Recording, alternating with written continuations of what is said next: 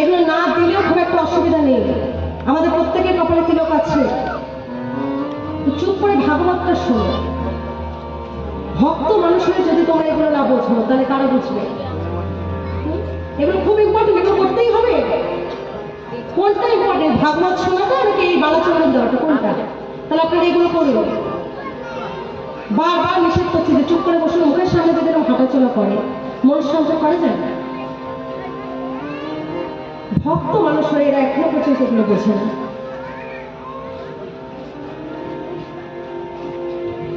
তাহলে কি হলো, অজামিল এখন কি করে, একটা ব্রাহ্মণের সন্তান হয়ে বৈষ্ণব মানুষ হয়ে সব সদ্গুণ হারিয়ে ফেলে এখন কি করছে, চুরি ডাকাতি এই করে করে সংসার চালাচ্ছে। একদিন গোবিন্দের কৃপাতে তার বাড়িতে এলো লোমশ মুনি, রাত্রিবাস করলে। ভোরের বেলা উঠে মঙ্গল আরতি করছে, যেমন মহামন্ত্র কীর্তন হয়। সাধুর মুখে হরিনাম শুনে অজামিলের পূর্ব জীবনের কথা মনে পড়ল। যারে আমি কত ভালো ছিলাম, আমার ব্রাহ্মণ ঘরে জন্ম হয়েছিল, আমার কত সাথী স্ত্রী ছিল, আমার পিতামাতা ধার্মিক, কিন্তু ওই এক বেশ্যার পাল্লায় পড়ে আমার জীবনটা তছনছ হয়ে গেছে। মনে মনে তার অনুতাপ হচ্ছে। তো সাধু বাবা পরের দিন যখন বিদায় নিয়ে চলে যাবেন, তার স্ত্রীকে বলে গেলেন যে মা, তোমার গর্ভে যে সন্তানটি আছে ওই গর্ভের সন্তানটার নাম রেখো নারায়ণ। ও যখন হবে ওই নাম রাখবে নারায়ণ, কারণ নারায়ণ নাম রাখলে কি হবে, নারায়ণায়, নারায়ণ ঘুমা, নারায়ণ খেয়ে নে, বারবার নারায়ণ নারায়ণ উচ্চারণ করার ফলে ভগবানের নাম নেওয়া হয়ে যাবে, তাই নাম রাখবে নারায়ণ। বললেন ঠিক আছে। সাধু চলে গেলেন। এবার পুত্র সুন্দর একটি পুত্রের জন্ম হলো, নাম রাখলো নারায়ণ। অজামিল কিন্তু ছোট পুত্রটাকে খুব ভালোবাসে। নারায়ণ আয়, খেয়ে নে, নারায়ণ পড়তে বস, নারায়ণ ঘুমিয়ে পড়, নারায়ণ নারায়ণ যত বলছে তত কিন্তু অজামিলের পাপগুলো ধ্বংস হয়ে যাচ্ছে। যত পাপ নষ্ট হয়ে যাচ্ছে তত সুবুদ্ধির উদয় হচ্ছে। যখন সুবুদ্ধির উদয় হলো, একদিন মনে মনে চিন্তা করছে যে সত্যি আমি জীবনটাকে কি করে ফেললাম। দেখতে দেখতে তার বয়স হয়ে গেল, মৃত্যুর সময় উপস্থিত হলো। যখন মৃত্যু উপস্থিত হলো তখন দেখছি তাকে নেবার জন্য যমদূতেরা এসেছে। যমদূতদেরকে দেখে দূরে কিরানাকাশক্তম পুত্র নারায়ণ হয়ং প্লাবেতের শরণ্যচ্চৈ রাজু অবকুলেন্দ্রিয়। দূরে খেলা করছিল নারায়ণ ছেলেটা, ডেকে বসলো, নারায়ণ আয়, আমাকে রক্ষা কর। যেই বলেছে নারায়ণ আয়, অমনি চারটে বিষ্ণুদূত এসে হাজির। নারায়ণ নামটা নিয়েছে তো, অমনি বিষ্ণুদূতগণ এসে গেছে। দুজনের মধ্যে খুব তর্কাতর্কি হলো। এরা বলছে আরে এ অজামিল পাপী, একে আমরা নরকে নিয়ে যাব। বিষ্ণুদূতগণ বলছে যতই পাপী হোক ও তো নারায়ণ নাম নিয়েছে। বলছে আরে প্রভু, নারায়ণ ওর ছেলের নাম, ভগবানের নাম নেয়নি, ওকে ছেলের নাম নিয়েছে। বলে আরে ওর ছেলের নাম তো 1 বছর আগে হয়েছে, আর আমার প্রভু নারায়ণের নাম যুগ যুগ আগে থেকে রয়েছে। তা বাস্তবিক নারায়ণ তো আমার প্রভুই হয়। তো বকাবকি করে যমদূতদেরকে পাঠিয়ে দিলেন, আর বিষ্ণুদূতগণ চলে গেলেন। কিন্তু এদের কথোপকথন অজামিল শুনে ফেলল। আবার পুনরায় দেহে প্রাণ ফিরে এলো। এইবার জীবিত হয়ে অজামিল বলে, ওরে বাপরে বাপ, মরতে মরতে বেঁচে গেছি, এক্ষুনি আমাকে নরকে নিয়ে চলে যাচ্ছিল, ভাগ্যিস নারায়ণ বলেছি। তাহলে একবার নারায়ণ নাম নিলে যদি এইরকম ফল হয়, তাহলে তো আমি বাকি জীবনটা পুরো নারায়ণের চরণেই দিয়ে দেব। ওই দিন গৃহ পরিত্যাগ করে চলে গেলেন বৃন্দাবনে। ভজন করতে করতে বাকি আরো 6টা বছর জীবিত ছিল। আবার পুনরায় মনোনিবেশ করে ভজন করতে করতে, হরিনাম করতে করতে দেহত্যাগ করেছিল। বলে এই কাহিনীটা শুনে অনেকের মনে হয় তাহলে তো বেশ ভালোই হলো, সারা জীবন হরিনাম করবো না, কেবল মরার সময় করব। এক ব্যক্তি জানে তো খুব চালাক, 4টে ছেলে, তাদের নাম রেখেছে মাধব, যাদব, গোপাল, কেশব। বলে মৃত্যুর সময় ওদেরকে ডাকবো আর আমি উদ্ধার হয়ে যাবো। খুব বিষয় লোক, সোনার কারবার। জীবন একদম পয়সা আঁকড়ে বসেছিল, কোনোদিন একটু দান ধ্যান করেনি, পুজো পাঠ করেনি, কোনো শুভ কাজ করেনি, শুধু পয়সা ইনকাম করে গেছে, যক্ষের ধ্যান আগে রেখেছিল। ও চিন্তা করেছিল কি যে মরার আগে আমার কোনো না কোনো ছেলের নাম তো ডাকবো আর আমি উদ্ধার হয়ে যাব। তো যখন মৃত্যু উপস্থিত হয়েছে, 4টে ছেলে তো দোকান বন্ধ করে চলে এসছে, বলে বাবার শেষ অবস্থা, বাড়িতে ফোন চলে গেছে, যোগ আসলে তো বাবার শেষ অবস্থা। তো সবাই যে তার দোকান বন্ধ করে চলে এসছে। আরে বুড়ো যেই দেখেছে যে 4টে ছেলে 4টে সোনার দোকান বন্ধ করে দিয়েছে, বুড়োর তো টেনশন হয়ে গেছে, দেখেছো দোকান বন্ধ করে 4টে চলে এসছে, মানে কত টাকা লস। এই বলে যেই চেঁচে উঠেছে অমনি প্রাণটা বেরিয়ে গেছে। না কাউকে ডাকতে হয়নি, গোপালায় কি সবাই কাউকে ডাকতে হয়নি। তো যতই চালাকি করো, চালাকির দ্বারা মহৎ কার্য হয় না। সারা জীবন হরিনাম করবে না আর মরার সময় তুমি কি হরিনাম করবে, এটা কোনোদিনও হবে না। তাই জীবন থাকতে হরিনামের অভ্যাস করো। হরে কৃষ্ণ নাম জপ অবিরাম, যে কদিন দেহে আছে রূপ। হরে কৃষ্ণ নাম জপ অবিরাম, যে কদিন দেহে আছে রূপ।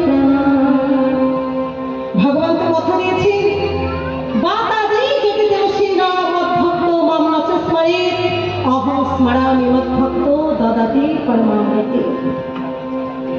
সারা জীবন হরিভজন করেছে, সারা জীবন হরিনাম করেছে, কিন্তু মৃত্যুর সময় যদি কোনো কারণে সে আমাকে ডাকতে নাও পারে, ধরুন আমি কোমায় চলে গেছি, হতেই তো পারে কোনো অ্যাক্সিডেন্ট জনিত কারণে আমি এখন আইসিইউতে কোমায় চলে গেছি, তাহলে তো আমি কাউকেই ডাকতে পারবো না।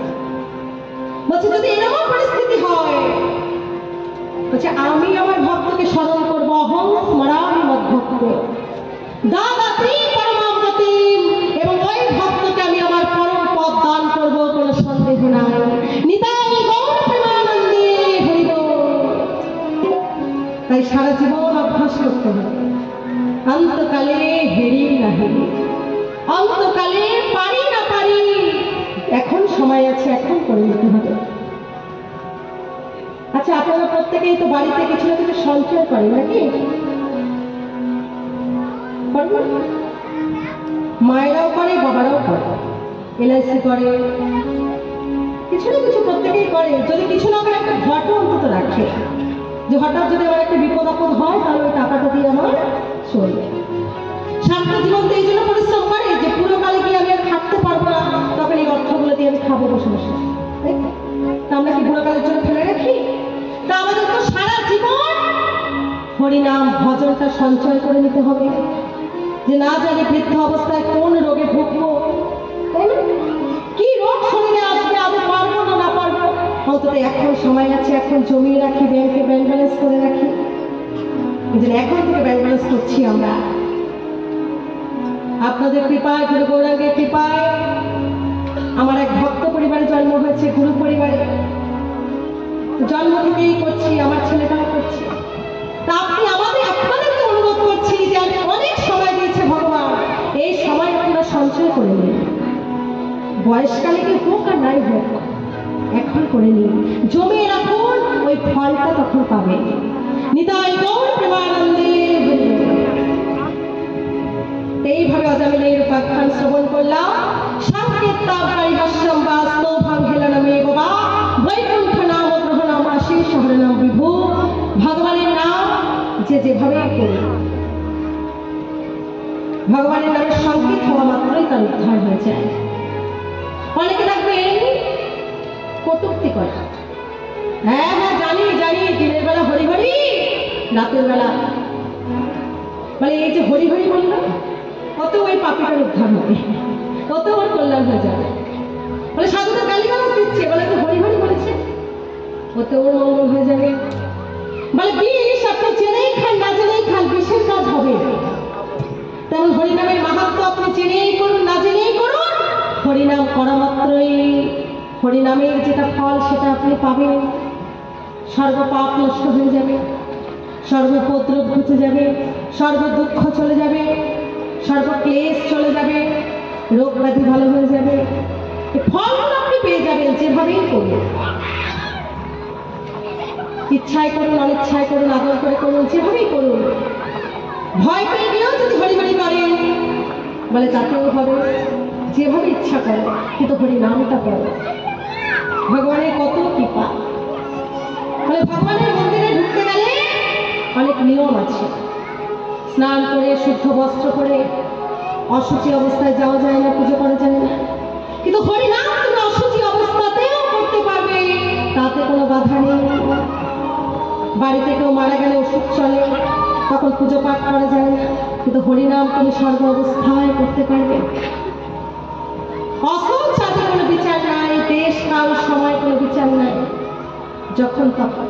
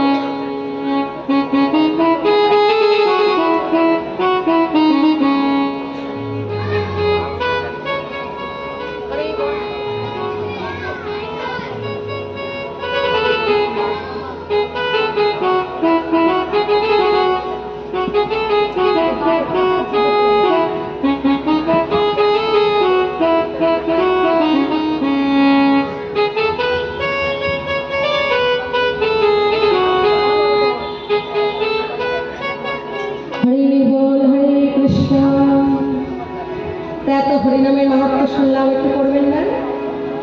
মহাপ্রভু জানেন যে কলিযুগের মানুষ বেশি কিছু পারবে না, তাই তো সহজ পদ্ধতি দিয়ে গেল যে শুধু হরিনামটুকু করো, আর কিচ্ছু করতে হবে না। যজ্ঞ করতে হবে না, ধ্যান করতে হবে না, তপস্যা করতে হবে না, কেবল হরিনাম করো। ওর মধ্যেই সর্বশক্তি অর্পণ করে দিয়ে গেছে। আমার সাথে একটু করুন।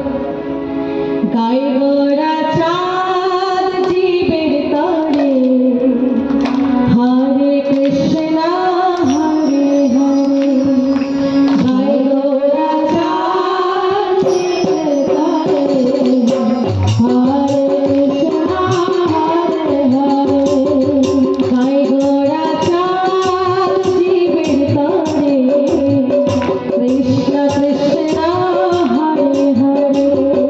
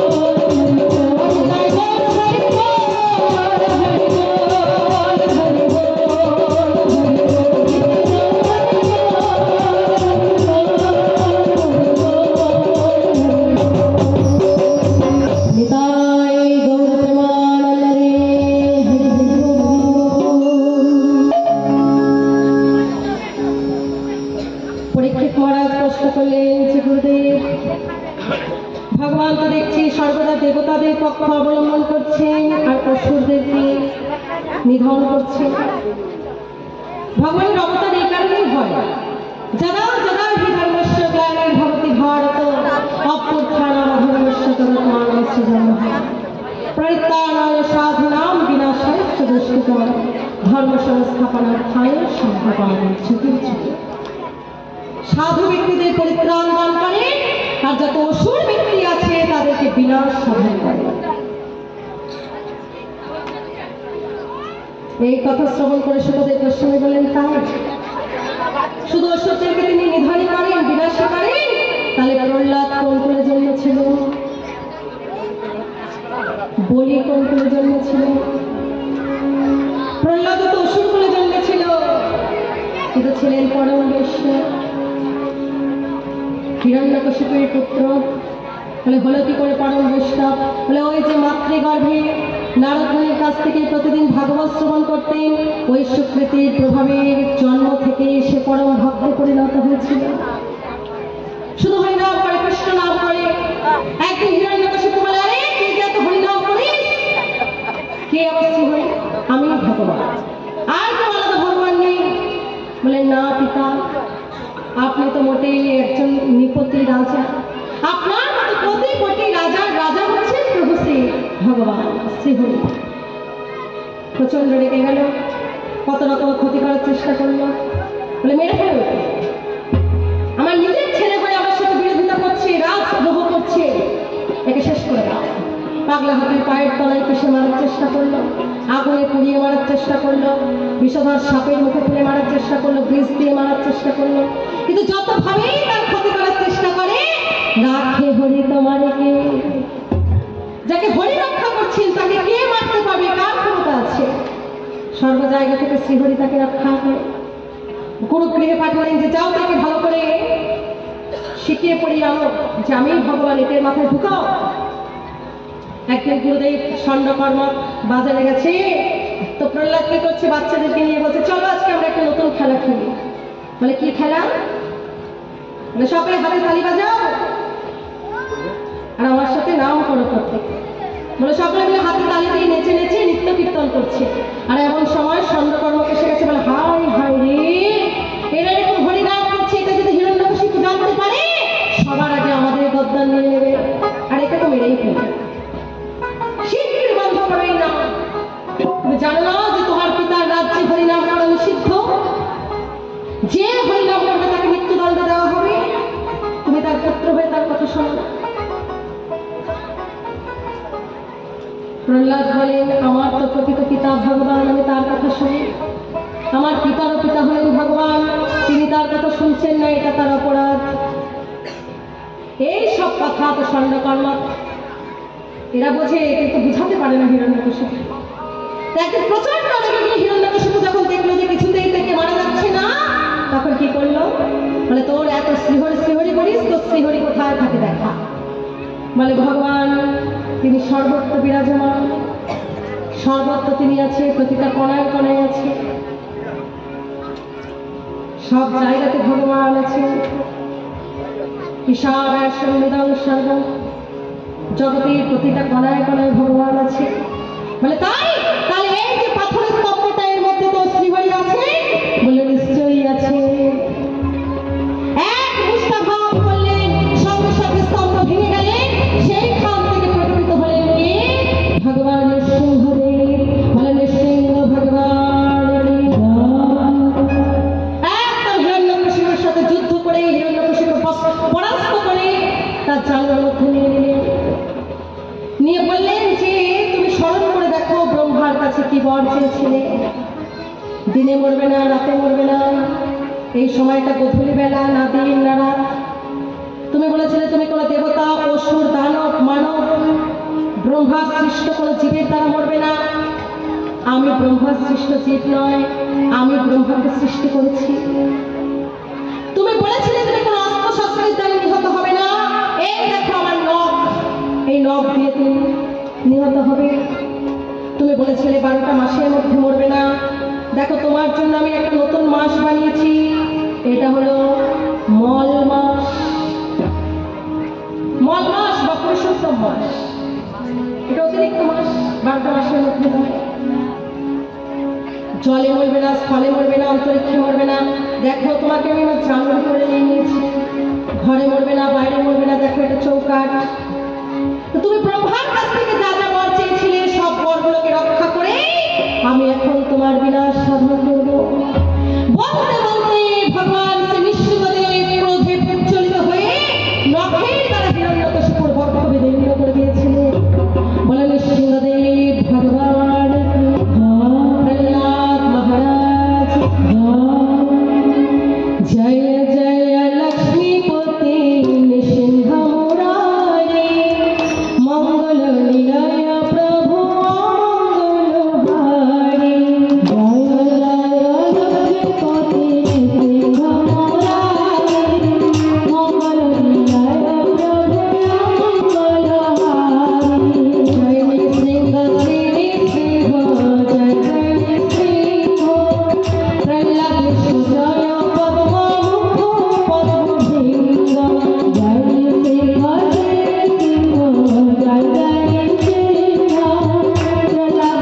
জয়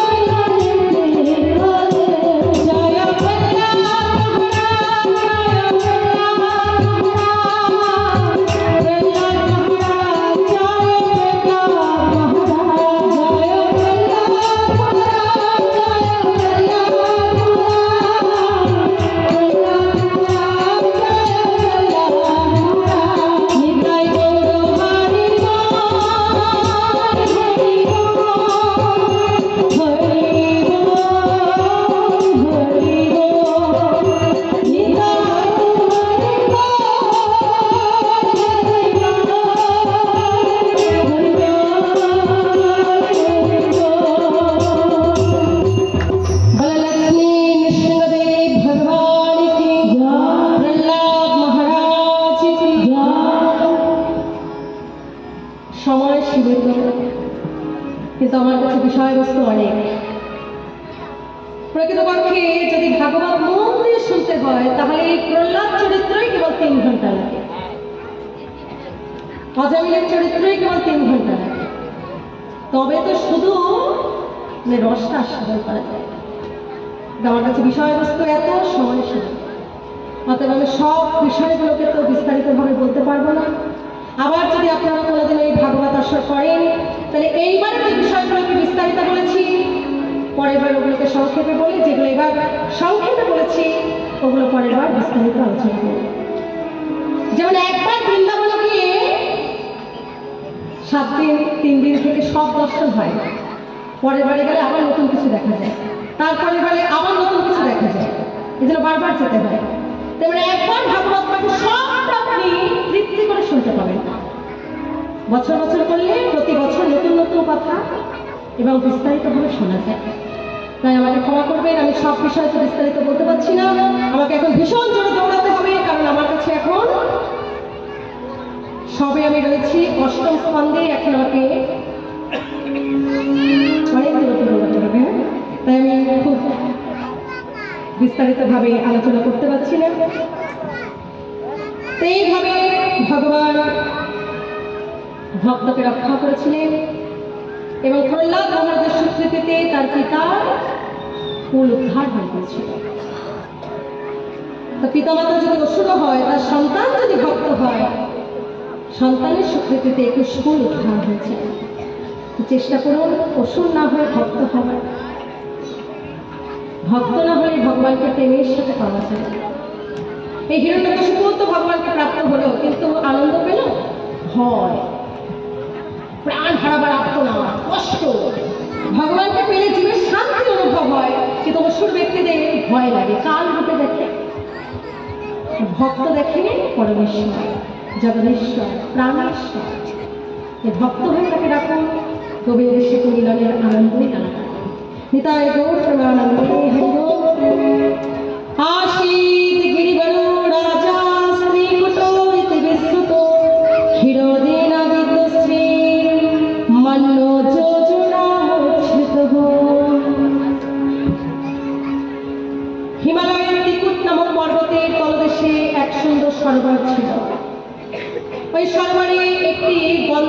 হস্তি তার সপরিবারে স্নান করতে এসেছিলেন।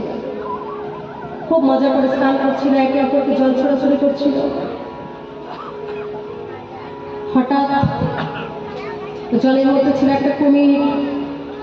সে কুমিরটি হাতির পা ধরে ফেলল, পা আমরা জলের তলায় টেনে নিয়ে যাচ্ছে। তা হাতিটি কি করছেন, তার স্ত্রী পরিবারকে বলছে, আরে আমাকে সাহায্য করো, কুমিরে ধরেছে, খুব যুদ্ধ করছে, 1000 বছর ধরে যুদ্ধ চলছে। একবার উপরে উঠে একবার নিচে যায়, একবার ডাঙায় উঠে একবার জলের তলায় চলে যায়। এই হচ্ছে, কেউ হাঁটছেও না, কেউ জিতছেও না। তো স্ত্রী পরিবারটা চিন্তা করছে যে আরে বাবা, এই পাল্লায় যদি এখানে পড়ে থাকি তাহলে আমরাও না খেতে পেয়ে মরে যাবো।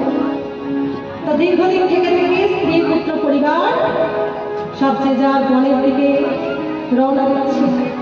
তো তখন এই হস্তিটি আওয়াজ দিচ্ছে, ওরে আমার সন্তানগণেরা, তোমাদের জন্য আমি কত পরিশ্রম করেছি, আর আজকে যখন আমার মৃত্যু উপস্থিত তখন তোমরা আমাকে ছেড়ে দিয়ে চলে যাচ্ছ, আমাকে বাঁচাও। স্ত্রীকে বলছে যে তুমি আমার অর্ধাঙ্গিনী, সারা জীবন তুমি আমার সাথ দেবে বলেছিলে, আর আজকে যখন আমার বিপদ উপস্থিত হয়েছে তুমি আমাকে ছেড়ে চলে যাচ্ছ। তো স্ত্রীরা বলছে আমরা কি করবো, এ তো তুমি না মরছো না বাঁচছো, 1000 বছর ধরে যুদ্ধ চলছে, আর আমরা কতদিন না খেতে পেয়ে এখানে বসে থাকবো বাবা, আমাদের তো পেট আছে, আমাদেরকে তো বাঁচতে হবে। কেউ আর ভুলপেট না করে যে যার মতো বলে চলে গেল। তখন হস্তিটি বুঝতে পারলো যে প্রকৃতই আমার কেউ নয়, কেউ তো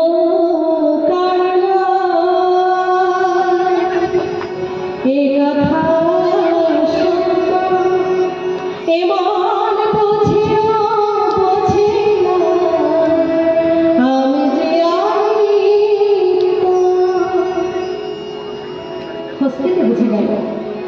সঙ্গে সঙ্গে ওই সরকারে ছিল একটি পদ্ম ফুল, সুরে করে তুলে ধরে ভগবানের উদ্দেশ্যে অর্পণ করলেন, ভগবানকে স্তুতি করলেন।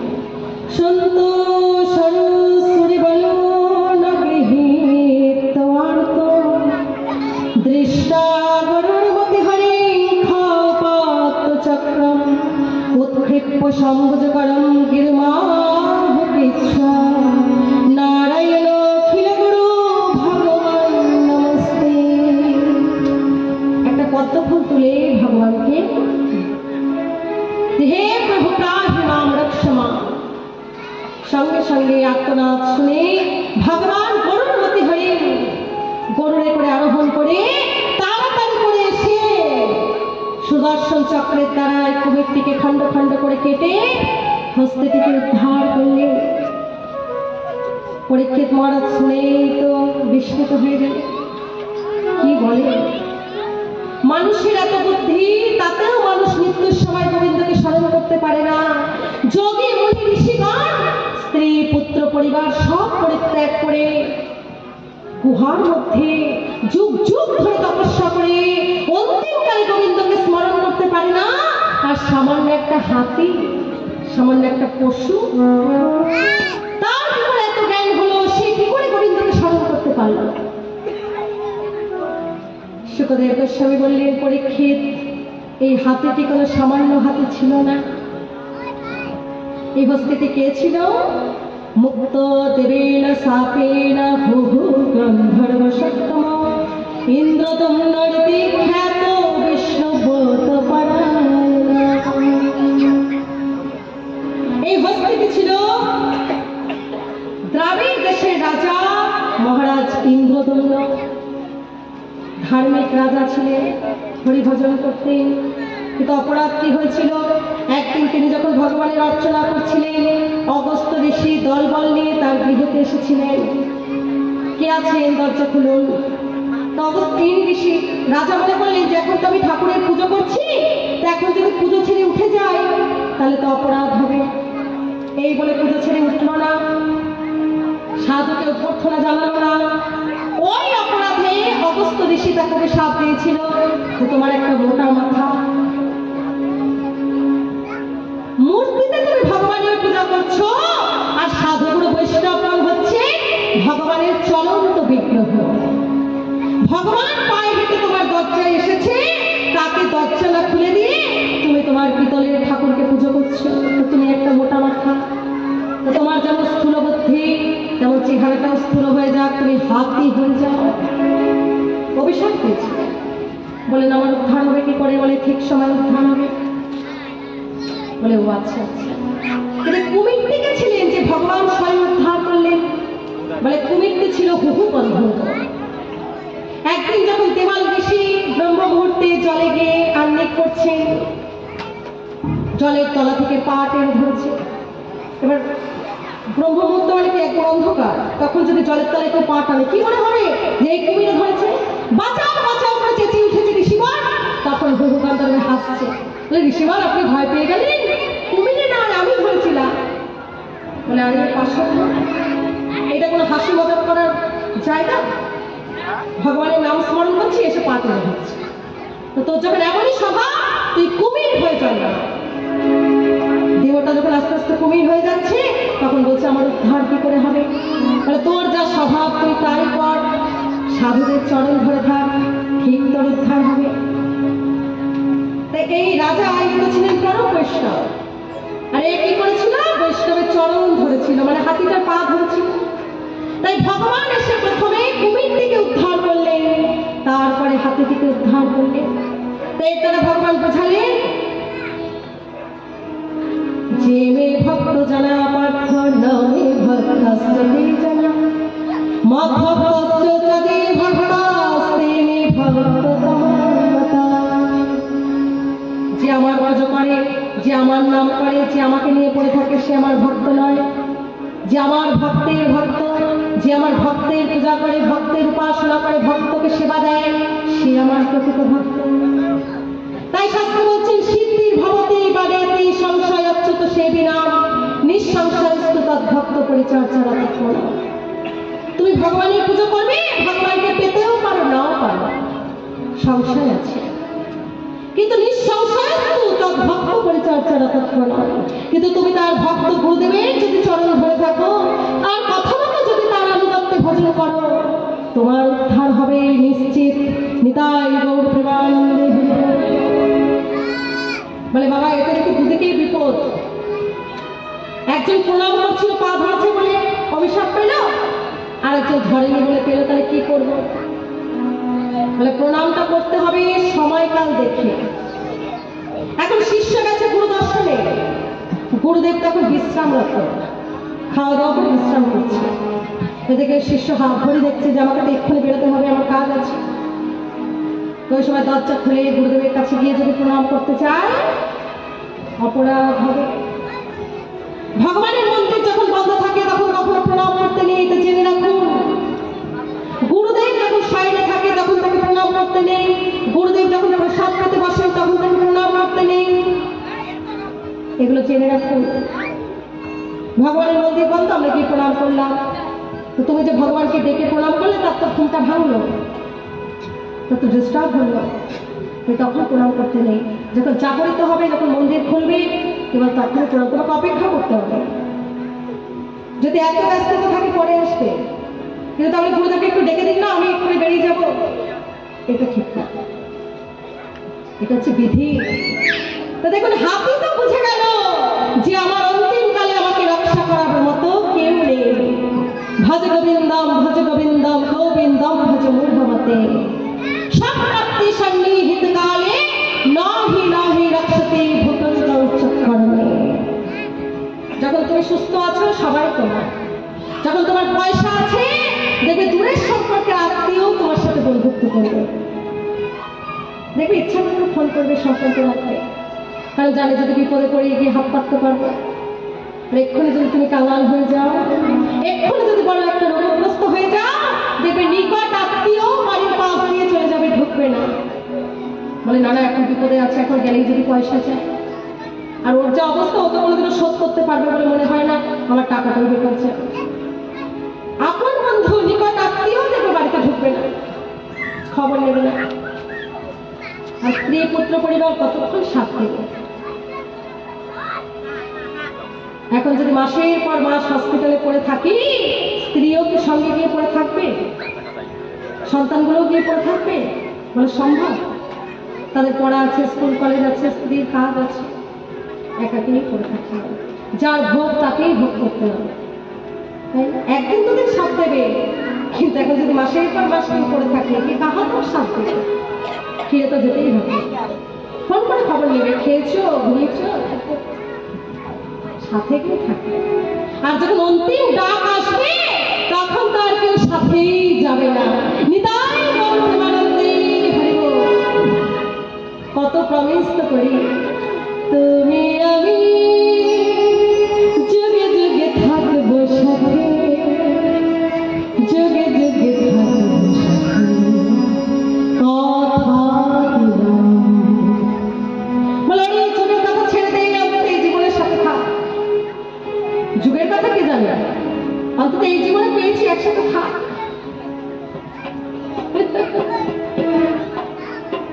স্বামীটা ভুলে গেছে, চিতায় চলে গেছে, স্ত্রীটা খুব কাঁদছে, আমাকে ছেড়ে দাও। অল্প বয়সে স্বামী মারা গেছে, আমাকে ছেড়ে দাও, আমাকে ছেড়ে দাও, আমার স্বামী ছেড়ে দাও, ছেড়ে দাও। সত্যিকার ছেড়ে দিয়ে দেখো তো চিতায় গিয়ে বসে পড়ে কিনা। ছেড়ে দাও, দিয়ে রাখো। খুব আছাড় পাছাড় খাচ্ছে, একদম লুটোপুটি খাচ্ছে। সত্যিকার ছেড়ে দিয়ে দেখো তো স্ত্রীটা গিয়ে চিতায় উঠে বসে কিনা। আগুন লাগিয়ে দিয়েছে, দেখো গিয়ে বসে থাকে কিনা। বলবো রে বাপ রে বাপ, যে যাওয়ার তো গেছে রে বাবা, আমি তো এই জীবনে সাথ দেবে না, আমার যুগে যুগে থাকবে সাথে। ফালতু কথা নাকি? যুগে যুগে যদি কেউ সাথে থাকে সে একমাত্র গোবিন্দ, একমাত্র গিরিধারী, আর কেউ থাকবে।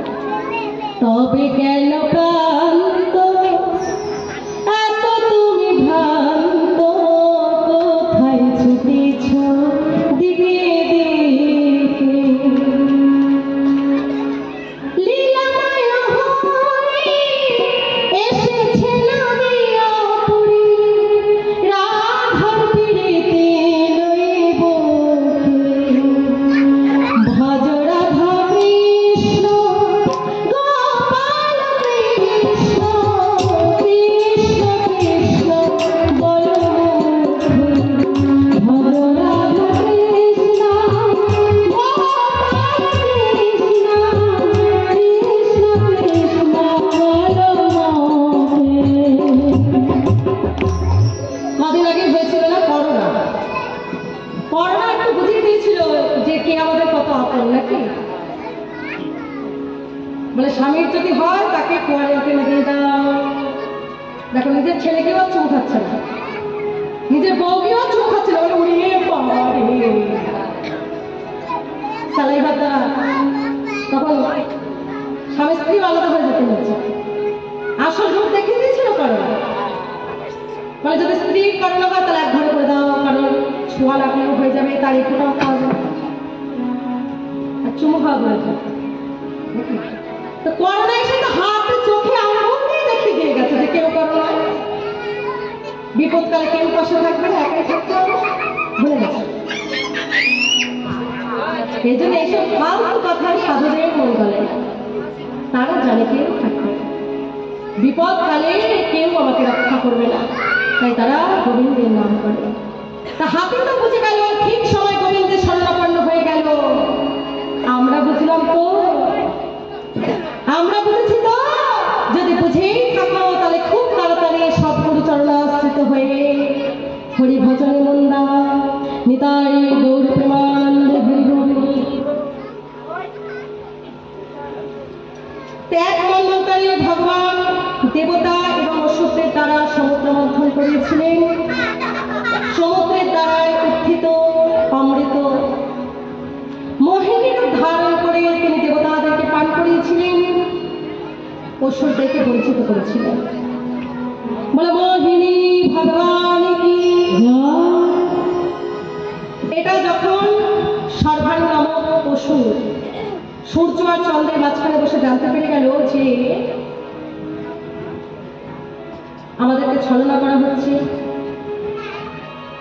সূর্য আর চন্দ্র যখন জানতে পেরে গেল যে অসুর হয়ে দেবতাদের পঙ্ক্তিতে বসে অমৃত পান করে ফেলেছে, তখন ভগবান বিষ্ণুকে বলে দিলেন যে প্রভু এটা অসুর। সঙ্গে সঙ্গে মোহিনী ভগবান সুদর্শন চক্রকে আহ্বান করলেন, সর্বাণুর গলা কেটে দিলেন। কিন্তু অমৃত যেহেতু গলা অব্দি চলে গিয়েছিল, তাই মাথার উপরটাও অমর হয়ে গেল, আর দেহ অব্দি যায়নি, তাই দেহটা নষ্ট হয়ে গেল। তাই এখন অব্দি রাহু এই সূর্য আর চন্দ্রের উপর রাহু আর কেতু সর্বানুর খুব রাগ, সুযোগ পেলেই গ্রহণ করে দেয়, কিন্তু গলা কাটাতে আবার বেরিয়ে যায়। তাই এরকম মোহিনী রূপ ধারণ করে তিনি সমুদ্র মন্থন করেছিলেন, উত্থিত অমৃত সমস্ত দেবতাদেরকে পান করেছিলেন। সেইবার যুদ্ধে সমস্ত অসুরেরা মারা গিয়েছিল। যুদ্ধ হয়েছিল তো, যখন জানতে পেরে গেল যে ভগবান বিষ্ণু আমাদের সাথে ছলনা করছে, যুদ্ধ হয়েছিল, কিন্তু দেবতারা অমৃত পান করে ফেলেছিল, তারা সবাই জীবিত ছিল আর সব অসুরেরা মারা গিয়েছিল, এমনকি বলি মহারাজও মরে গিয়েছিল। কিন্তু গুরু শুক্রাচার্য তার মৃত সঞ্জীবনী মন্ত্রের দ্বারায় পুনরায় এদেরকে জীবিত করে দিয়েছিল। পুনরায় এরা স্বর্গরাজ্য আক্রমণ করেছিল। তখন এদের গুরুদেব বৃহস্পতি বলল যে তোমরা এখন পালিয়ে যাও, কারণ এই ব্রাহ্মণদের আশীর্বাদ নিয়ে এসেছে, এদেরকে এখন কেউ হারাতে পারবে না। তো দেবতারা স্বর্গরাজ্য পরিত্যাগ করে পালিয়ে পালিয়ে বেড়াচ্ছে। দেবতাদের মাতা অদিতি প্রচন্ড দুঃখিত হলেন, ভগবানের তপস্যা করলেন যে আমার পুত্ররা কি করে পুনরায় স্বর্গরাজ্য ফিরে পাবে। তো কশ্যপ ঋষি বললেন যে দেবী তুমি পয়ব্রত করো, আশ্বিনে ফাল্গুনে শ্যামলা পক্ষে দ্বাদশ পয়ব্রত জাগাহন্তে প্রবক্ষ্যামি ব্রতং কেশবদোষম। পয়ব্রতের ফলে ভগবান বামন রূপ ধারণ করে কশ্যপ আর অদিতির গর্ভে আবির্ভূত হয়েছিল। বিস্তারিত কি করে বলি, পরে 10টা বাজতে যায়, এখন অনেক বাকি, ইচ্ছা থাকলেও আমার উপায় নেই, এর সংক্ষেপে বলি। তা কি করেছিলেন? সকলে তাকে স্বাগত করেছিলেন। বামন রূপ ধারণ করে ভগবান বলি মহারাজের চোখে গিয়ে ত্রিপাদ ভূমি ভিক্ষা করেছিলেন। গুরু শুক্রাচার্য বললেন যে বলি তুমি দিও না, কারণ এই বিষ্ণু তোমার সমস্ত সম্পদ হরণ করে নেবে। কিন্তু বলি বললেন যে যদি বিষ্ণু হয়ে থাকে তাহলে তো ভালো, অনন্ত অনন্ত ব্রহ্মাণ্ড যে ভগবান বিষ্ণুর কাছে হাত পাতে, সেই বিষ্ণু যদি আমার কাছে হাত পেতে থাকে তাহলে আমি নিশ্চয়ই তাকে দেব, তাতে আমার যা হয় হোক। দেখো গুরুদেব কখন পরিত্যাগ করা যায়, যখন গুরুদেব ভগবানের পথে যেতে বাধা দেয়, তখন অনায়াসে গুরুদেবকে পরিত্যাগ করতে হয়। আজকে যেটা বলি মহারাজ করলেন, গুরু শুক্রাচার্যকে ত্যাগ করলেন, ওনার কথাকে অবহেলা করলেন, পরে ভগবানকে বললেন হ্যাঁ আমি সংকল্প করছি আপনাকে ত্রিপাদ ভূমি দেব। তো ভগবান বামনদেব যখন একটা পা বাড়ালেন সমস্ত ঊর্ধ্বলোক নিয়ে নিলেন, যখন দ্বিতীয় পা দিলেন সমস্ত অধোলোকগুলোকে নিয়ে নিলেন, বলে বলো এবার তৃতীয় পা কোথায় রাখবো। খুব তহল ত্রিপাদ ভূমি দেবে, তো বলি বললেন প্রভু আর তো কোনো জায়গা নেই, উপরের 7টা লোক এই উপরের 7টা লোক ভূ ভুব সহ মহ জন তপ সত্য নিয়ে নিয়েছ, নিচের 7টা লোক অতল বিতল সুতল মহাতল রসতল পাতাল সেটাও নিয়ে নিয়েছ, আর তো চতুর্ভুবনে কোনো জায়গাই নেই। কিন্তু এখনো দাতা দান নিয়েছ, কিন্তু দাতাকে তুমি গ্রহণ করনি, তাই তোমার এই ত্রিপাদ আমার মস্তকে রাখো। যে বামনদেব ভগবান বলির মস্তকে পদার্পণ করলে সঙ্গে সঙ্গে বলি সুতল হতে চলে গেল। ভগবান কথা দিলেন, কোনো চিন্তা নেই, তোমাকে যতক্ষণ আমি ইন্দ্রের স্বর্গরাজ্য ফিরিয়ে দিতে না পারছি ততক্ষণ সুতল লোকে তোমার দ্বারপাল হয়ে রয়ে যাব, তারপরে পুনরায় তোমাকে সুতল লোক ফিরিয়ে দেব। এইভাবে বলির সম্পদ নিয়েছিলেন ভগবান, কিন্তু যা নিয়েছিলেন তার অনেক গুণ বেশি বলি মহারাজকে প্রদান করে দিয়েছিলেন। এগুলো হচ্ছে মন্বন্তরের কথা। তো কোন এক মন্বন্তরে এক বড় বৈষ্ণব ছিলেন অম্বরীশ। সবাই মানব কৃষ্ণ পদার বৃন্দায় বাচন শিবৈকুণ্ঠ গুণানুবর্ণন করো হরে মন্দির মার্জনাদেশ শ্রুতিং চকারা চতুষৎপথোদয়। শাসাগর পৃথিবীর রাজা ছিলেন অম্বরীশ, কিন্তু তথাপি তিনি নববিধা ভক্তি যাজন করতেন। নিজে হাতে শ্রবণম কীর্তনম শরণম বন্দনম অর্চনম দাস্য পাদ সেবন সমস্ত সেবা নিজে হাতে করতেন। তো অম্বরীশ মহারাজ একবার একাদশী ব্রত করেছিলেন। হ্যাঁ, ভালো কথা একটা বলে রাখি, আগামী দিন একাদশী ব্রত নাকি না না তারপরের দিন মানে পরশুদিন একাদশী ব্রত কেন করতে হয় একটু বলে দিই মায়েদেরকে। বলছেন যত ব্রত আছে, এই নীলের ব্রত, শিবের ব্রত, মঙ্গলের ব্রত, শনির ব্রত, যতবার ব্রত আছে সকল ব্রতের মধ্যে শ্রেষ্ঠ ব্রত হলো একাদশী ব্রত। বুঝলেন? একাদশী ব্রত যদি কেউ পালন করে তাকে আর অন্য কোনো ব্রত পালন করতে হয় না। নীল ষষ্ঠীর ব্রত, অশোক ষষ্ঠীর ব্রত, শনিবারের বার, ওসব কিচ্ছু করতে হয় না। সর্বদেবতা তার প্রতি প্রসন্ন থাকবে। আর একাদশী ব্রতকে বাদ দিয়ে কেউ যদি অন্যান্য ব্রত করে, বলছে গাছের গোড়া কেটে দিয়ে ডগায় জল ঢালার মতো ফল হয়, মানে বেকার হয়ে যায়। তাই একাদশী ব্রত করতে হবে। একাদশী ব্রতের দিনকে পঞ্চশস্য গ্রহণ করতে নেই, কারণ শস্যের মধ্যে পাপ বিরাজ করে। একাদশীর দিন যদি কেউ এক মুঠো শস্য দ্বারা গ্রহণ করে, মানে এক মুঠো অন্ন গ্রহণ করে, কোটি ব্রাহ্মণ হত্যার পাপ, গুরু হত্যার পাপ, গো হত্যার পাপ, এই পাপগুলো তাকে গ্রহণ করতে হয় প্রতিটা মুষ্টিতে। তাই ওই দিনকে অন্ন পরিত্যাগ করতে হয়। কি খেতে হয়? মানে কাঁচকলা, পেঁপে, আলু দিয়ে একটা সবজি বানিয়ে সূর্যমুখী তেল বা বাদাম তেল বা শুদ্ধ ঘি সেই দিয়ে রন্ধন করতে হবে। সর্ষের তেলে নয়, সয়াবিন তেলে নয়, বুঝলে? সূর্যমুখী তেল বা বাদাম তেল, এই দিয়ে তরকারি রান্না করে সম্ভব লবণ দিয়ে, গোলমরিচ দিয়ে আপনি সবজি বানিয়ে খেতে পারেন, ফলমূল খেতে পারেন, বাড়ির গরুর দুধ হলে ছানা করে খেতে পারেন। এইভাবে একাদশী ব্রত করতে হয়। কারণ একাদশী ব্রত করলে তাকে আর নরকে যেতে হয় না, নরকের দরজা বন্ধ হয়ে যায়। মানে একাদশী ব্রত কারা করবে? মানে 8 থেকে 80 প্রত্যেকে, ছেলে মেয়ে, বুড়ো বুড়ি, স্ত্রী, সধবা বিধবা, প্রত্যেকের জন্য একাদশী। সধবারাও করবে। বলে যদি স্বামী না করে যে করে তাহলে কি হবে? স্বামী না করে না করবে, তুমি করবে। স্বামী যদি না শোনে, না করে, তাহলে তুমি পিছিয়ে থাকবে, তুমি করবে। সধবা বিধবা সকলের জন্য একাদশী ব্রত। তাই সকলকে অনুরোধ করবো, যারা শুনছে মায়েরা দয়া করে একাদশী ব্রতটা রাখুন।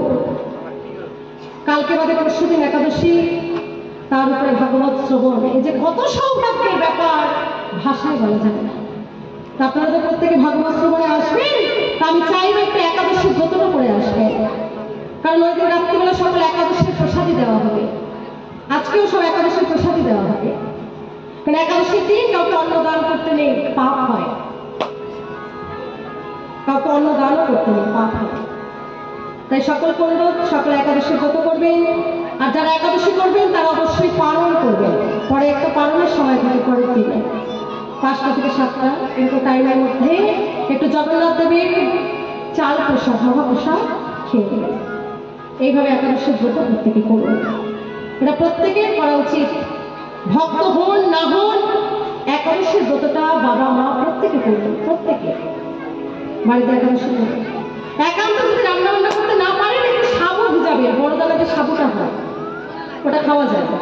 সাবু ভিজিয়ে একটু গুড় দিয়ে খেয়ে নেবেন ভালো করে। আর কলা দিয়ে মাখলে তো আরো ভালো লাগবে। একটু সাবু ভেজানো, একটু ফল, একটু আলু ভাজা, একটু আলু সেদ্ধ, একটু রাঙালুর পায়েস, এসব করে খান। চালের পায়েস খাবেন, রাঙালুর পায়েস, পেঁপের পায়েস, এগুলো রান্না করে খান। একটা দিন একটু করুন বাবা একাদশীর ব্রতটা, প্রত্যেকে মায়েরা করুন। আর কিচ্ছু ব্রত করতে হবে না, একাদশীর ব্রতটা শুরু করবে। ওই শিবের বার, এর বার, তার বার, শনির বার, ওসব কিচ্ছু করতে হবে না, শুধু একাদশীর ব্রতটা করবে। তাই অম্বরীশ মহারাজ একাদশীর ব্রত করেছিলেন। দুর্বাসা মুনি তার বাড়িতে অতিথি রূপে এসেছিলেন। অতিথি সেবা না করিয়ে তিনি আচমন করে ফেলেছিলেন। দেখুন, প্রসাদ গ্রহণ করেনি, কেবল আচমন করে পালন করেছিলেন। এতেই দুর্বাসা ঋষির রাগ হয়ে গেল যে অতিথি সম্বর্ধনা না করে অতিথিকে না সেবা দিয়ে উনি খেয়ে ফেলল। রাগ হয়ে সে কি হলো, কৃত্যা নামকে একটা রাক্ষসী তৈরি করল। সেই রাক্ষসী যখন অম্বরীশকে খেতে গেল, সঙ্গে সঙ্গে ভগবত ধাম থেকে সুদর্শন চক্র চলে এলো। দুর্বাসার পিছু নিয়েছে, সুদর্শন চক্র কেটে ফেলল। বড্ড যে আমি ঋষি এরকম একটা অহংকার ছিল।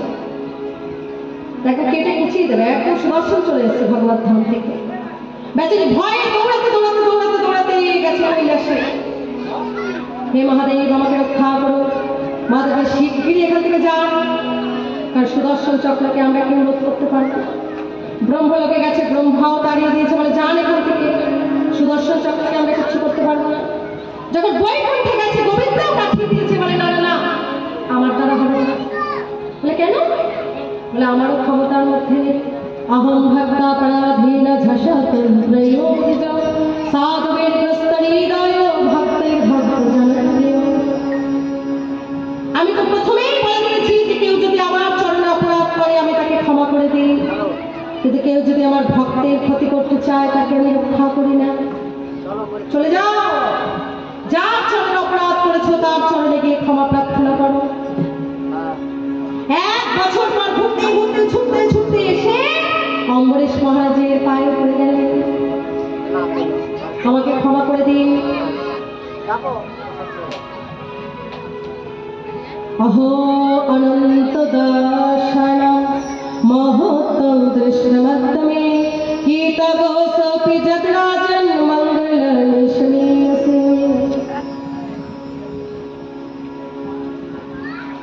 ভগবান কি করলেন?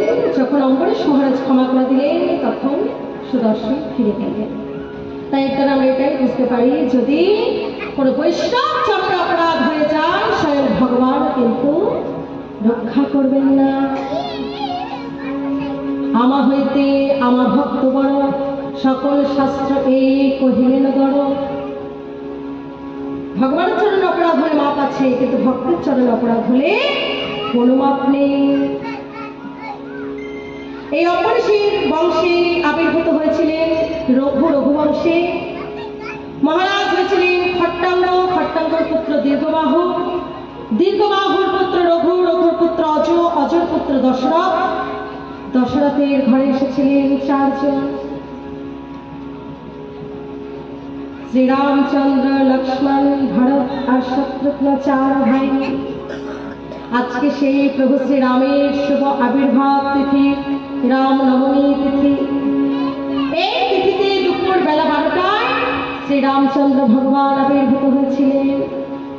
তাই সকল ভক্তগণ আজকের দিনে ব্রত রেখেছেন, রামচন্দ্রের জন্য উপবাস করেছেন।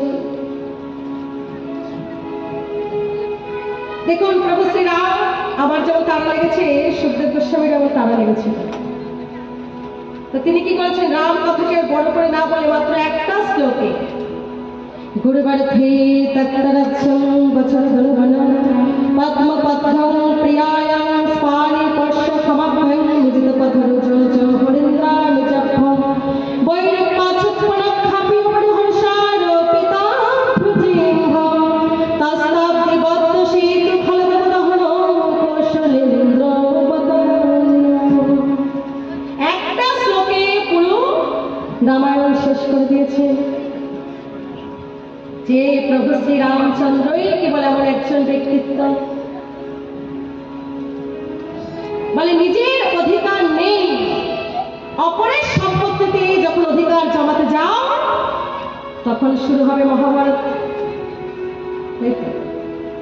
মহাভারত তাই হয়েছিল, কৌরবরা জোর করে পাণ্ডবদের সম্পত্তিতে নিজেকে অধিকার ফলাতে চেয়েছিল, তাই হয়েছিল মহাভারত। আর যখন নিজের অধিকার থাকা সত্ত্বেও তুচ্ছ বস্তু, নগণ্য বস্তুর মতো পরিত্যাগ করে দেওয়া যায়, তখন হয়ে যায় রামায়ণ।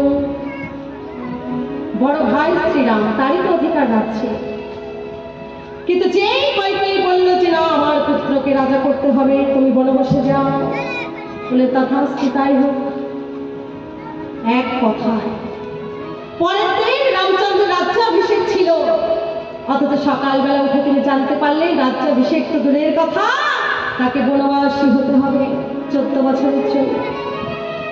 গুরুবর্ধের একটা রাজ্য কেবল পিতার কথা রাখার জন্য।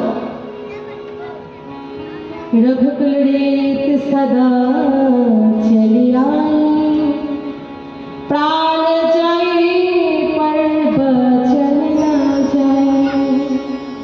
রঘুকুলের পেরিয়ে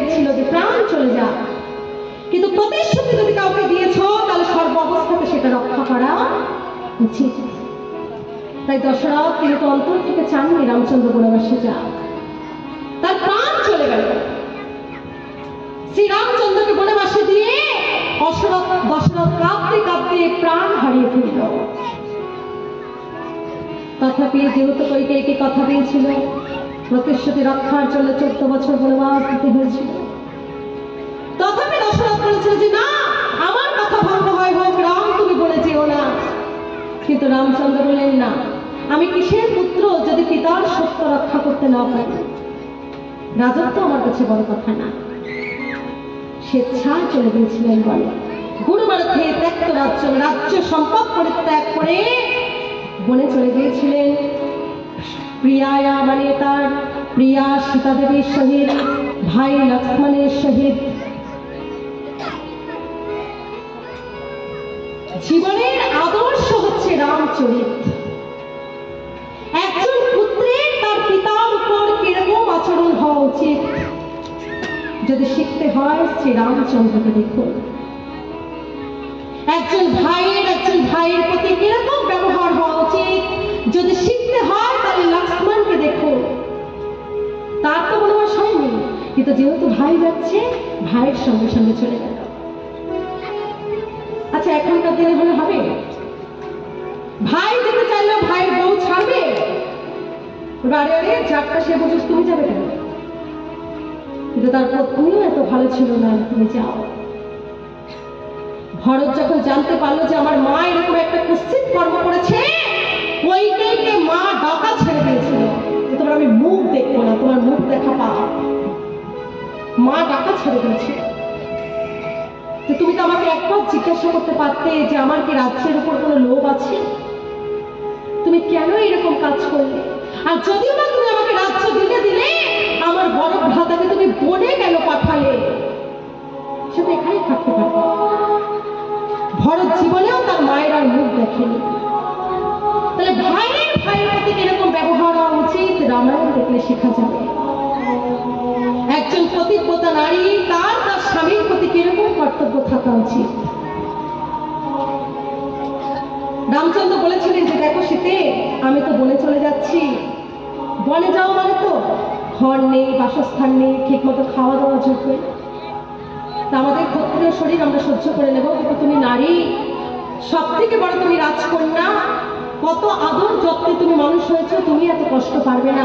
তো তুমি তোমার পিতৃ আলয়ে চলে যাও, আমি যখন 14 বছর পর ফিরবো তখন তুমি এসো। কিন্তু সীতা মা বলল না, যেখানে আমার স্বামী সতী, যেখানে পতি সেখানে সতী, কোথাও যাবে। সর্বৈশ্বর্য পরিত্যাগ করে দিয়ে খালি পায়ে বেরিয়ে গেল প্রভুর সাথে। তাহলে একজন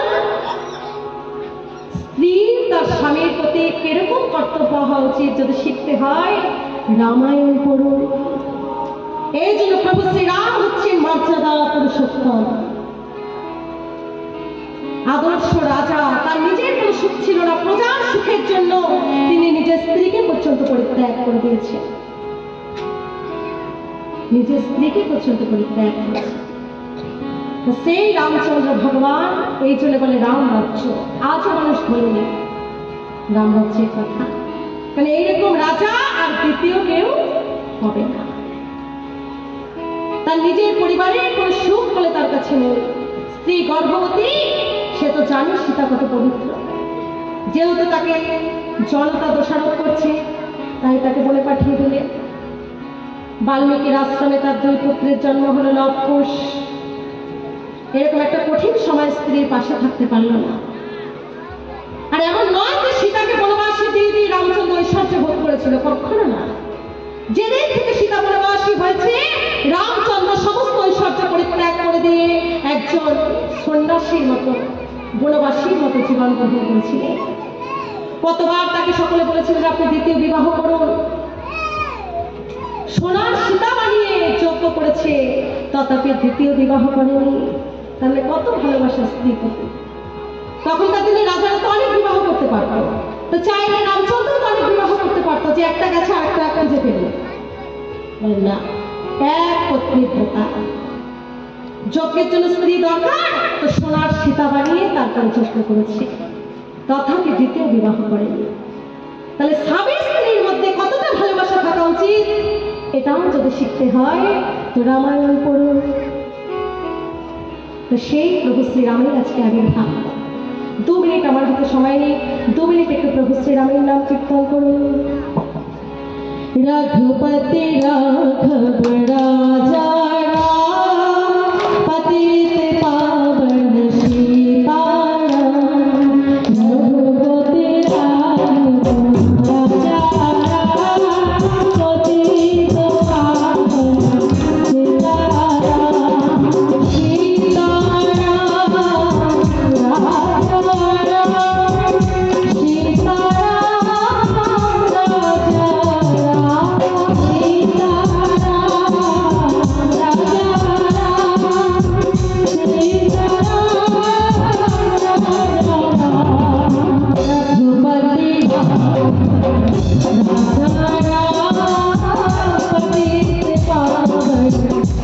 सीताराम राजा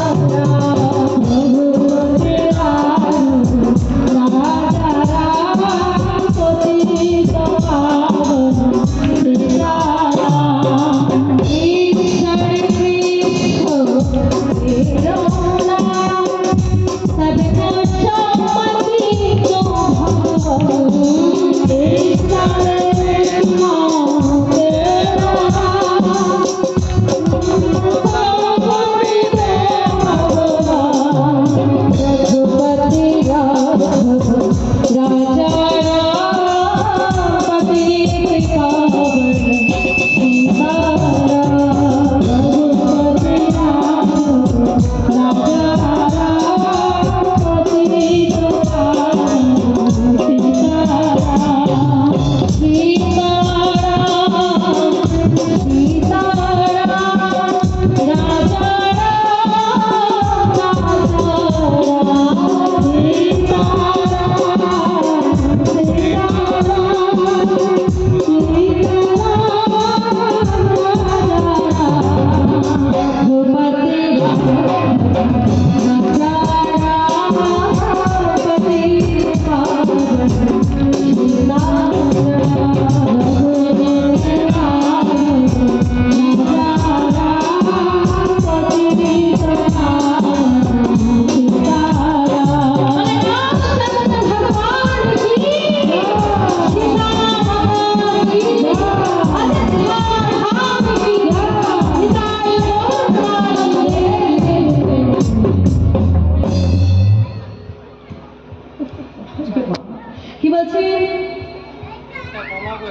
राजा राजा राम सीताराम।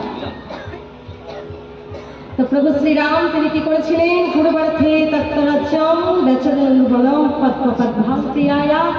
তার প্রিয়ার সহিত তিনি 14 বছর বনবাস গমন করেছিলেন। ভালোই হয়েছিল, যা হয় ভালোর জন্য হয়। যদি রাজা হতেন হয়তো রাজারাও হতে পারত, কিন্তু এত নিশাচরেরা যে উৎপাত করছিল দণ্ডকারণ্যে, প্রভু শ্রীরাম বনে যেতে তারা সব উদ্ধার হয়েছিল। রাবণের মতো রাক্ষস উদ্ধার হয়েছে। রামচন্দ্র ভগবানে পরিণত হয়েছিলেন, তিনি তো ভগবানই, কিন্তু সমাজের চোখে রাজা রাম ভগবান শ্রীরাম হয়েছিলেন। তো মা কইকেই যদি না পাঠাতো তাহলে এটা হতো না। সব খারাপের পিছনে থেকে কিছু ভালো থাকে। তারপরে কি করেছিলেন সেটা আমরা জানি, যে দণ্ডকারণ্যে অনেক রকম রাক্ষসদের বধ করে শূর্পণখার নাক কেটে দিয়েছিল, যার প্রতিশোধ নেওয়ার জন্য রাবণ এসেছিল, যুদ্ধ করেছিল, রাবণকে বধ করেছিলেন। পুনরায় 14 বছর পরে দীপাবলির দিনে, যেদিন দিওয়ালি হয়, ওই দিন রামচন্দ্র বনবাস থেকে ফিরেছিলেন। তো সেই আনন্দে সমস্ত অযোধ্যাবাসী প্রদীপ প্রজ্বলন করেছিলেন, তাই ওই দিনটার নাম দীপাবলি। আর বিজয় লাভ করেছিলেন বিজয়ের দিনকে। আমরা বলি না শুভ বিজয়া, দুর্গাপুজো হয়ে গেলে সকলকে বলি তো শুভ বিজয়ের প্রণাম। ওই বিজয়ের সাথে কিন্তু দুর্গাপুজোর কোনো সম্পর্ক নেই। ওই বিজয় মানে ওই দিন শ্রী রামচন্দ্র রাবণকে বধ করে বিজয় লাভ করেছিলেন, ওই জন্য শুভ বিজয়া। আর তার কিছুদিন পরে ওই যেদিন দীপাবলি হয় ওই দিনকে তিনি অযোধ্যায় ফিরেছিলেন। তো ওই জন্য এই দিনটাকে দীপাবলি মানানো হয়। করলে তো অনেক কিছু, অনেক ভজন তৈরি করে এসেছিলাম যে আজকে রামের জন্য গাইবো, কিন্তু সময়ের আটকা নেই। আপনারাও তো সব ফিরবেন, বেশি রাত করলে হবে না, তাই আমি প্রভু শ্রীরামের চরণে প্রণাম করি। হ্যাঁ, এখন 1 ঘন্টা তুমি বললে হবে না, আমাদের কাজ আছে তো। না না না, ঠিক আছে, না সকলে মিলে ভগবান শ্রী রামচন্দ্রকে একটু প্রণাম করো। আমি মন্ত্র বলছি। রামায় রামচন্দ্রায় রামচন্দ্রায় রামভদ্রায় রামভদ্রায় বেধসে বেধসে রঘুনাথায় রঘুনাথায় নাথায় নাথায় সীতায়া সীতায়া পতয়ে নমঃ बोले सीतापति भगवान श्री रामचंद्र की जय। এখানে ভাগবতের নবম স্কন্ধ সমাপ্ত করে এখন আমরা দশম স্কন্ধে প্রবেশ করব। কথিত বংশ বিস্তার ভাবত সমসৃজয় রাজ্ঞাং চ ভয় বংশালং চরিতং পরমাদ্ভুতম।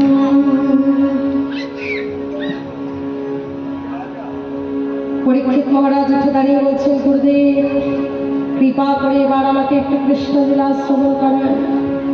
আপনাদের মতো কৃষ্ণলীলা শ্রবণ করার জন্য উদ্বেগে বসে আছে, তাই বলছেন এবার একটু দয়া করে কৃষ্ণলীলা শ্রবণ করেন। তাই নবম স্কন্ধ অব্দি শুধু ভক্তলীলা, ভক্ত চরিত। এই দশম স্কন্ধ থেকে ভগবানের লীলা শুরু হচ্ছে। দেখুন, একটা মাত্র শ্লোকে রামলীলা বলেছে, তাও যেন মনে হচ্ছে অনেক। কেন? কারণ অধীর আগ্রহে বসে আছে কৃষ্ণলীলা শ্রবণ করবে। ঠিক আছে, তাই হোক।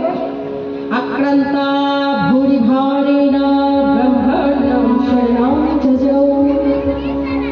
মানে ধরিত্রী মাতা যখন অসুরদের ভাই ভারাক্রান্ত হয়ে পড়েছিলেন, পৃথিবীর ভার সহ্য করতে পারছিলেন না, তখন গাভীর রূপ ধারণ করে ব্রহ্মাজিকে সঙ্গে নিয়ে ক্ষীর সাগরে গিয়ে ভগবানের জন্য তপস্যা করছিলেন। ভগবান যখন দর্শন দিলেন, বললেন, প্রভু তুমি খুব শীঘ্রই ধরাধামে আবির্ভূত হও। এত অসুরদের ভার হয়ে গেছে যে অসুরদের ভার আমি বহন করতে পারছি না, পৃথিবীর ভার হরণ করো। তো গোবিন্দ আশ্বস্ত করলেন, তত্র গত্তা জগন্নাথং দেব দেব বিশাখকেম পুরুষং পুরুষোত্তীরম পতস্থ সমাহিতম। যে খুব তাড়াতাড়ি বসুদেব গৃহে সাক্ষাৎ ভগবান পুরুষোত্তমঃ জনেষ্যতি তৎপ্রিয়ার্থম সম্ভবন্তু কুলস্ত্রিয়। যে হে ব্রহ্মাজি, আপনি গিয়ে সকলকে বলে দিন যে খুব শীঘ্রই আমি বৃন্দাবনে বসুদেবের গৃহেতে দেবকীর গর্ভে আবির্ভূত হতে যাচ্ছি। আমি একা নয়, শ্রীমতী রাধারানীও যাচ্ছে। তাই সকল দেবদেবতাকে বলে দিন তারা যেন সকলে বৃন্দাবনে জন্মগ্রহণ করে, আমার লীলায় অংশগ্রহণ করবে। তো ব্রহ্মাজি সেই কথা সকলকে জানিয়ে দিলেন। সমস্ত দেবদেবতাগণ এক এক করে বৃন্দাবনে গোপ গোপী রূপে জন্ম নিতে আরম্ভ করলেন। ললিতা, বিশাখা, সুদেবী, চম্পকলতা সখীগণ চলে এলেন। শ্রীদাম, সুদাম, বসুদাম সকলে, নন্দ বাবা, যশোমা সকলে আবির্ভূত হলেন। গোবিন্দের লীলায় অংশগ্রহণ করবেন। দেখতে দেখতে সেই সময় এসে উপস্থিত হলো। কংস তার বোন দেবকীকে বিবাহ দিয়ে বোনকে যখন শ্বশুর বাড়িতে ছাড়তে যাচ্ছেন রথে করে, গোবিন্দ চিন্তা করলেন ভারী অন্যায়। আমার বাবা আমার রথে বসি ওই দুষ্কৃতকারী অসুরের হাতে থাকবে, কখনো না। সঙ্গে সঙ্গে দৈববাণী হলো, অশ্বতাম অষ্টম গর্ভ হন্তা চাং বাহসে বুধা। রে মূর্খ কংস, তুমি যেই বোনকে এত আদর করে নিয়ে যাচ্ছ, ওই দেবকীর অষ্টম গর্ভের পুত্রই তোমার কাল। অষ্টম গর্ভের পুত্রের হাতেই তোমার মৃত্যু হবে। এই দৈববাণী শোনা মাত্রই কংস স্বরূপ ধারণ করল। সঙ্গে সঙ্গে কোমর থেকে তরবারি বার করে দেবকীর গর্দান কাটতে যায়। দেখো এই আদর করে নিয়ে যাচ্ছিল। এইসব মানুষকে বিশ্বাস আদর করতে করতে খুন করে দেবে, এরকম প্রকৃতির লোক দেখা যায় সবাই। মিষ্টি মিষ্টি কথাবার্তা খুন করে দেবে, খুব ভয়ানক, চেনা যায়। তো কংস আদর করে নিয়ে যাচ্ছিল, যে দৈববাণী শুনেছে যে দেবকীর অষ্টম গর্ভের পুত্র তার কাল, দেবকীকে মেরে ফেলছে। বসুদেব পায়ে পড়ে গেলেন। কংস এরকম কাজ করল না। বাল হত্যা আর স্ত্রী হত্যা মহাপাপ।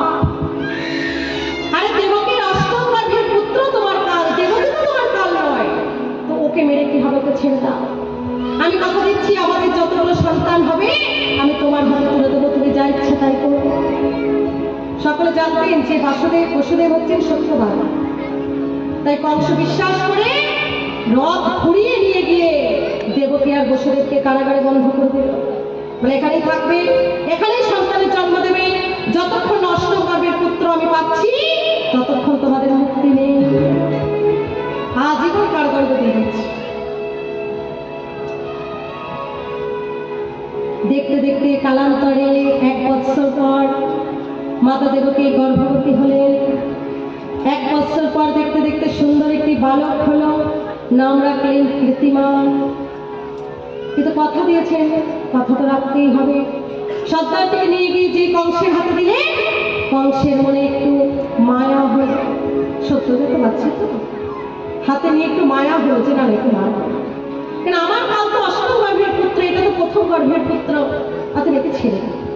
তো যখন ছেড়ে দিলেন নারদমুনি চিন্তা করলেন এত মহাবিপদ। কংস তুমি যদি এক এক করে ছেড়ে দাও তাহলে তো অষ্টম গর্ভের পুত্র আসতে পারবে না। আর এই যে 6 জনকে হত্যা করেছিল, 6 জন ছিল মরীচি মুনির 6 পুত্র, অভিশাপগ্রস্ত হয়ে এসেছিল, এদের উদ্ধার করতে হবে। তাই নারদমুনি এসে বলল, রে কংস তুমি মস্ত বড় বোকা, তুমি জানো না যে বিষ্ণু কিরকম ছলনা হল? মোহিনী রূপ ধারণ করে অসুরদেরকে ছলনা করেছিল। তা কে জানে যে অষ্টম গর্ভে আসার কথা হয়তো প্রথম গর্ভে চলে এসেছে বা দ্বিতীয় গর্ভে চলে এসেছে, তুমি কি করে বুঝবে? তাই কাউকে ছেড়ে না, মেরে দাও। যখন নারদমুনি এটা বললে কংস তখন কি করলে? তুলে নিয়ে আছাড় মেরে এক এক করে দেবকীর 6 পুত্রকে মেরে দিলেন। মাতা দেবকীর তো পাগল প্রায় অবস্থা, মাথা ঠিক থাকে? একটা করে সন্তান জন্ম দিতে কত কষ্ট হয়, আর চোখের সামনে যদি সেই সন্তানগুলোকে পাথরে আছাড় মেরে মেরে মেরে দেয়, মায়ের ঠিক থাকে? মাথা তো পাগলই একা একাই বিড়বিড় করে কথা বলে, চুল জটাজুটো হয়ে গেছে, গায়ে ময়লা নোংরা শাড়ি, স্নান করে না, খায় না, ঘুমায় না, পাগলির মতো অবস্থা। মাতা দেবকীর বসুদেব গোবিন্দ দেখলেন যে পিতামাতা অনেক কষ্ট পেয়েছে, আর কষ্ট দেওয়া উচিত হবে না। তাই বলরাম দাদাকে পাঠালেন যে তুমি প্রথমে যাও। বলরাম দাদা হচ্ছেন গুরুদেব, আগে গুরু কৃপা দরকার, তবে ভগবান আসবে। তাই আগে প্রথমে গুরুদেবকে পাঠালেন বলরাম দাদাকে। কিন্তু সেই সপ্তম গর্ভে বলরাম দাদাকে আকর্ষণকারী যোগমায়া রোহিণীর গর্ভে পাঠিয়ে দিলেন। তাই বলরামের আর এক নাম শঙ্কর্ষণ। বলে শঙ্কর্ষণ ভগবান। প্রত্যেকে জানেন যে দেবকীর সপ্তম গর্ভ নাশ হয়ে গেছে, নষ্ট হয়ে গেছে, গর্ভপাত হয়ে গেছে। দাদা তাই নয়, এইবার পালা কিন্তু অষ্টম গর্ভের সন্তানে। কংস একদম পাহারা দ্বিগুণ করে দিল, অতন্ত্র পাহাড়ি, মানে সারা রাত সারাদিন পাহারা, যেন একটা পিঁপড়েও বলে কারাগার থেকে বেরোতে না পারে। প্রচন্ড পাহারা বাড়িয়ে দিল। কিন্তু গোবিন্দের ইচ্ছার উপর কার ইচ্ছা চলে। তো দেখতে দেখতে সেই শুভক্ষণ উপস্থিত। মাতা দেবকী এবার অষ্টম গর্ভের সন্তান প্রসব করবে। গোবিন্দের শরীরে আসতেই সমস্ত শোক দুঃখ ঘুচে গেল। দেবকীকে দেখলেই যেন একটা আলাদা চৌলুস, একটা আলাদা সৌন্দর্য, আলাদা একটা যেন দেহ থেকে যেন একটা জ্যোতি ঠিকরে পড়ছে। কেন হবে না? কারণ তার গর্ভে যে স্বয়ং গোবিন্দ আছে। কংস যতই জ্যোতি দেখতো তত ভয়ার্থ হতো, তত ভয় পেয়ে যেত জ্যোতিকে দেখতে। গর্ভজ্যোতি দেখেই ভয় পেত। তো যখন সেই সময় উপস্থিত, ভাদ্র মাস, কৃষ্ণপক্ষ, বুধবার, অষ্টমী তিথি, রোহিণী নক্ষত্র, পৌলিক বরণে, সিংহ রাশি চক্রে, বৃষলগ্নে, রবির হনায়, শুক্রের অর্ধাংশে, সমস্ত কিছু একদম পবিত্রতম, সমস্ত গ্রহ নক্ষত্র তুঙ্গে বিরাজ করছে। এমন সময় ভাদ্র মাসে বৃষ্টি পড়ছে, আধিয়ালি রাত, ঝড় বৃষ্টি তুফান প্রচন্ড পরিমাণে হচ্ছে। এমন সময়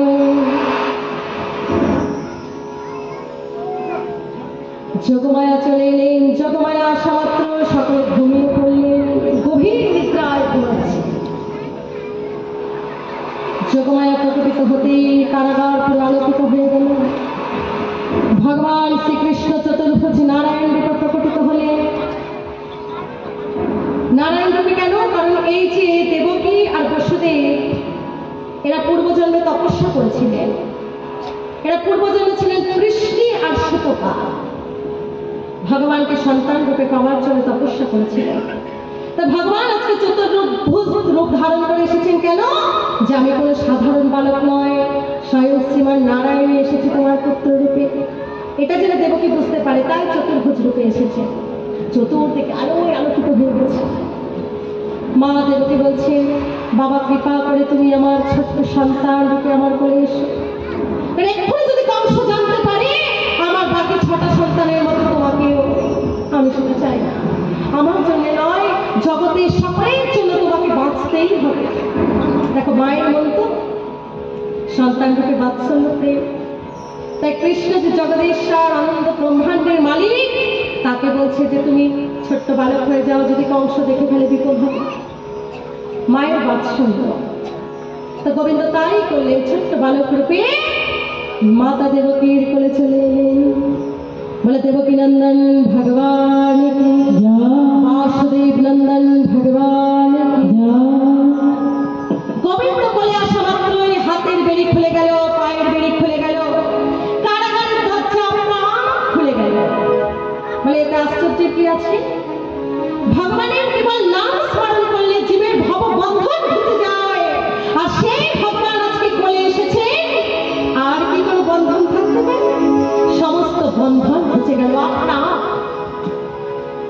মাথায় করে নিয়ে বাবা বসুদেব ওই রাত্রিবেলাতেই গোপালকে মাথায় করে ঝুড়িতে করে নিয়ে যমুনার পাড়ে এসে দাঁড়িয়েছে। প্রচন্ড ঝড়, জল, বৃষ্টি, তুফান, মানে কাউকে দেখা যাচ্ছে না, এত বৃষ্টি হচ্ছে। ভাদ্র মাস, প্রচুর বৃষ্টি হয়েছে। তো দেখলেন ওই পারে কি করে যাব, নৌকা নেই। কিন্তু বাবার মাথায় কিছু নেই। বাবা জানে যে আমার এই অষ্টম গর্ভের সন্তানকে বাঁচাতেই হবে যে কোনো উপায়। নেমে গেলেন জলে। আর জলে নামা মাত্রই দেবী যমুনা তাকে রাস্তা করে দিলেন। গোপালকে মাথায় করে নিয়ে বাবা বসুদেব চলেছে। আর পিছনে শেষ না, ছাতা ধরেছে। এই ছবিটা দেখবেন ক্যালেন্ডারে থাকে।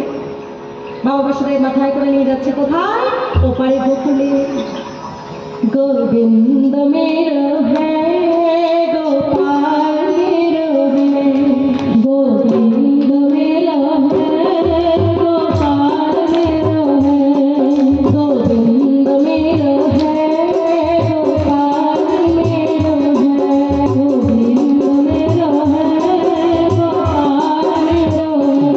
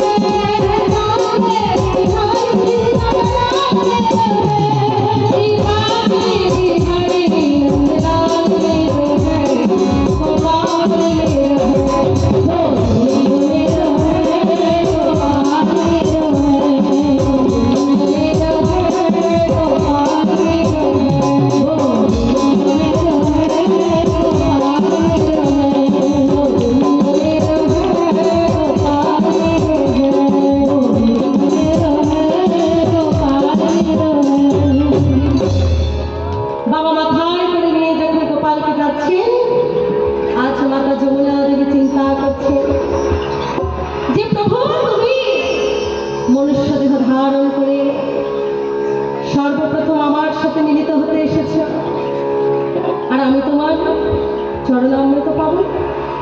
তো যমুনা উঠান হয়ে উঠছে, ভরে ভরে জোয়ার আসছে। বাবা নন্দ বাবা তো একদম ডুবুডুবু অবস্থা। গোবিন্দ দেখছেন না না না, একে তো চরণামৃত দিতেই হবে, নয়তো বাবা কি করে যাবে, বাবা ডুবে যাবে। তো গোপাল আমার ছোট্ট ছোট্ট চরণ দুটি যখন বাড়িয়ে দিলে মন ভরে যমুনা দেবী সেই পাদদেওয়া পান করে রাস্তা করে দিলেন। এইভাবে বাবা বসুদেব গোপালকে গোকুলে রেখে যশোদার কোলে যে বালিকাটি হয়েছিল সে কন্যাটিকে নিয়ে এলেন আর গোপালকে রেখে দিলেন। এটা তো গেল মথুরাতে কৃষ্ণের জন্ম। এখানে কিন্তু হইহই করা যাবে না, কারণ কংসের ভয় আছে। এবার চলুন দেখি গোকুলে কিভাবে জন্ম হলো। গোকুলের মহারাজ হচ্ছে নন্দ বাবা আর যশোমতী মা। বিশাল তাদের দধিদুগ্ধের ব্যবসা, নবলক্ষ ধেনু, কোনো কিচ্ছুর অভাব নেই, কিন্তু কোনো সন্তান হচ্ছিল না। সাধু বৈষ্ণবের কৃপায় একবার তারা সকলে মিলে আশীর্বাদ করলেন, পুত্রবান ভব পুত্রবতী ভব। তখন বয়স হচ্ছে 60 বছর। নন্দ বাবা বলে এই বয়সে কি আমার সন্তান হবে? এতদিন এত প্রচেষ্টায় হলো না, আর একটা 60 বছরের বুড়ো বুড়ি এখন কি ছেলে হবে? মানে হ্যাঁ হবে, ভগবত কৃপা হলে সব সম্ভব। তো সত্যি দেখতে দেখতে সেই দিন উপস্থিত হলো। একদিন রাত্রিবেলা ঘুমিয়ে ঘুমিয়ে মা যশোদা স্বপ্ন দেখছে ত্রিভুবনের সব থেকে সুন্দর শ্যাম বর্ণ একটা বালক, তার কুঞ্চিত কেশ, কমল নয়ন, বিম্ব ফলের মতো ধরষ্ট ছোট্ট ছোট্ট দাঁত, আদু অনুসারে মা মা বলে ডেকে ডেকে কোলে ঝাঁপিয়ে আসছে।